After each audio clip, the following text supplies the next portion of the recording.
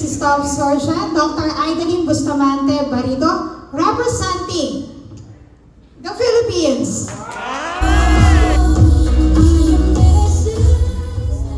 She is a distinguished beauty queen, educator, and a police officer who embraces excellence in public service. Her humble beginnings as an escolar ng bayan paved the way for her to be able to go to a remarkable journey, a master's and PhD in public administration, firmly believing that education is the key to success. Throughout her career, she has excelled in various administrative... The time and effort that you came and join us this evening. I am Police Staff Sergeant Dr. Aidelin Bustamante Barrido, and I am living with my loving husband, and I have 3 children. So I am from Santa Rosa, Laguna, and from Mrs. Laguna.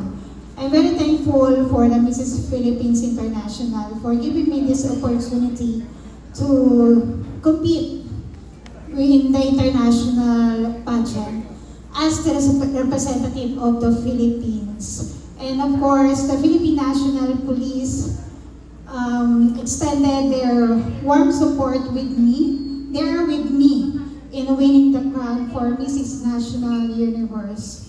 So hopefully that you can still continuously join us. Malapit na po. At kung kayo po ay kinakabahan, syempre, we feel the same way. So, looking forward po, nakasama po namin kayo. And, of course, we will do our best to bring home. Sabi nga ng estudyante ko, lechon. Ma'am, bring home the lechon. So, we will bring home the bacon. And, with God's grace, hopefully, is the Philippines will win. Thank you very much.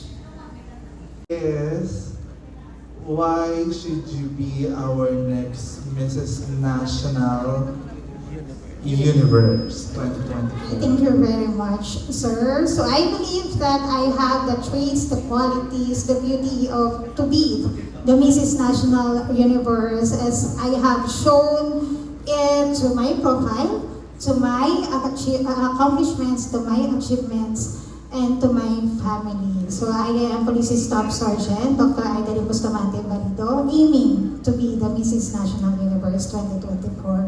Thank you.